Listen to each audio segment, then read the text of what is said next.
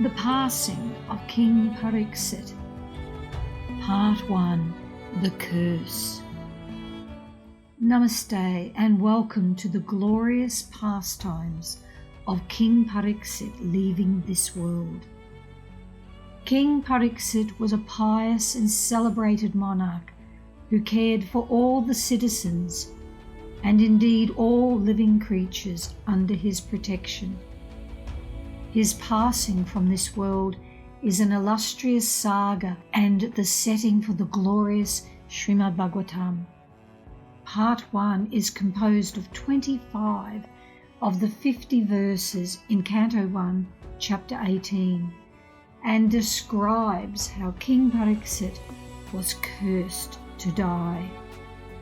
Let us begin hearing these verses now. Those who are desirous of achieving complete perfection in life must submissively hear all topics that are connected with the transcendental activities and qualities of the personality of Godhead, who acts wonderfully. Once upon a time, Maharaj Pariksit, while engaged in hunting in the forest with bow and arrows, became extremely fatigued, hungry and thirsty while following the stags. While searching for a reservoir of water, he entered the hermitage of the well-known Samika Rishi and saw the sage sitting silently with closed eyes. The Muni's sense organs, breath, mind and intelligence were all restrained from material activities, and he was situated in a trance apart from the three, wakefulness, dream, and unconsciousness, having achieved a transcendental position. The sage, in meditation, was covered by the skin of a stag, and long, compressed hair was scattered all over him. The king, whose palate was dry from thirst, asked him for water. The king, not received by any formal welcome by means of being offered a seat, place, water, and sweet addresses, considered himself neglected, and so thinking, he became angry. The circumstances distressed him with extreme hunger and thirst, and the king directed toward the sage his anger and envy, which he had never before directed toward a Brahmin. While leaving, the king, being so insulted, picked up a lifeless snake with his bow and angrily placed it on the shoulder of the sage. Then he returned to his palace. Upon returning, he began to contemplate and argue within himself whether the sage had actually been in meditation, with senses concentrated and eyes closed, or whether he had just been feigning trance just to avoid receiving a lower kshatriya. The sage had a son who was very powerful, being a Brahmin's son. While he was playing with inexperienced boys, he heard of his father's distress, which was caused by the king.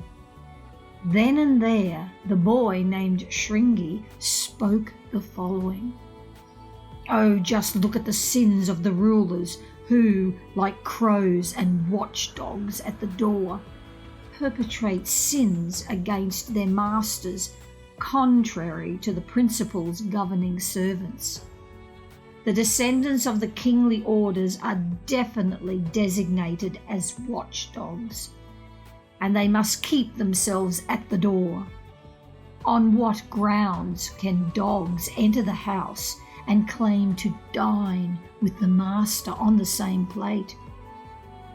After the departure of Lord Shri Krishna, the personality of Godhead and supreme ruler of everyone, these upstarts have flourished. our protector being gone. Therefore, I myself shall take up this matter and punish them. Just witness my power."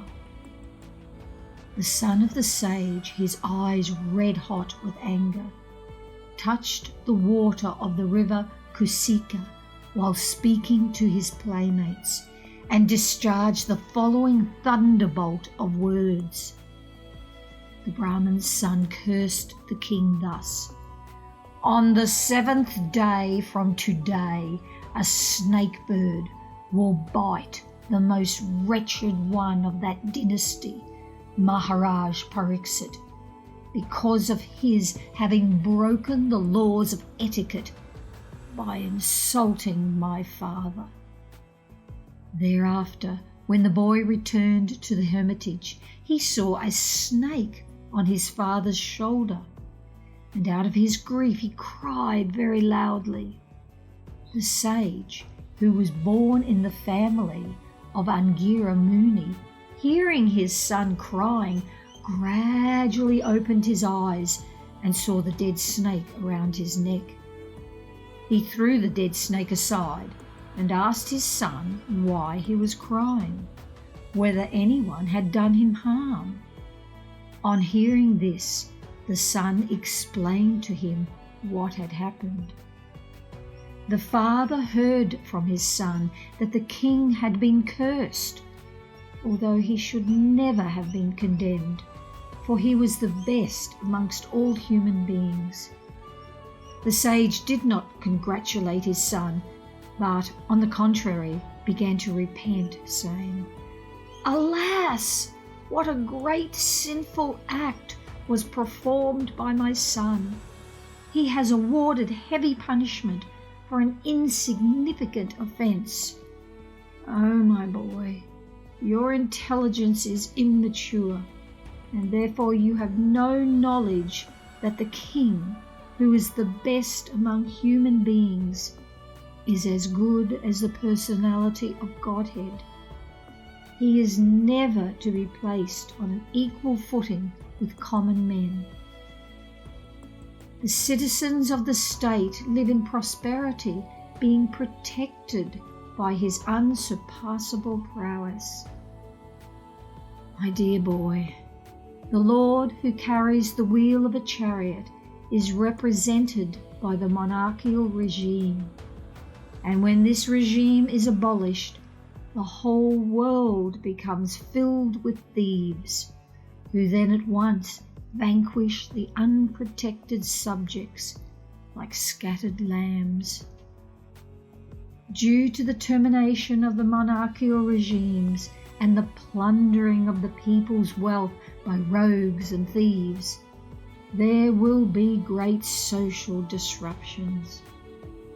People will be killed and injured, and animals and women will be stolen, and for all these sins we shall be responsible. The Emperor Pariksit is a pious king. He is highly celebrated and is a first-class devotee of the personality of Godhead. He is a saint amongst royalty. When such a king is tired and fatigued, being stricken with hunger and thirst, he does not at all deserve to be cursed. Then the sage prayed to the all-pervading personality of Godhead to pardon his immature boy, who had no intelligence and who committed the great sin of cursing a person who was completely free from all sins. The devotees of the Lord are so forbearing that even though they are defamed, cheated, cursed, disturbed, neglected, or even killed, they are never inclined to avenge themselves. The sage thus regretted the sin committed by his own son. He did not take the insult paid by the king very seriously. Now, 3 verses from the next chapter 19 to conclude this. While returning home, the king, Maharaj Pariksit, felt that the act he had committed against the faultless and powerful Brahmin was uncivilized. Consequently, he was distressed. King Pariksit thought, "Due to my neglecting the injunctions of the Supreme Lord, I must certainly expect some difficulty to overcome me in the near future. I now desire, without reservation, that the calamity come now, for in this way I may be freed of the sinful action and not commit such an offence again." While the king was thus repenting, he received news of his imminent death, which would be due to the bite of a snake bird, occasioned by the curse spoken by the sage's son. The king accepted this as good news, for it would be the cause of his indifference toward worldly things. And so the saga continues in part 2. Namaste.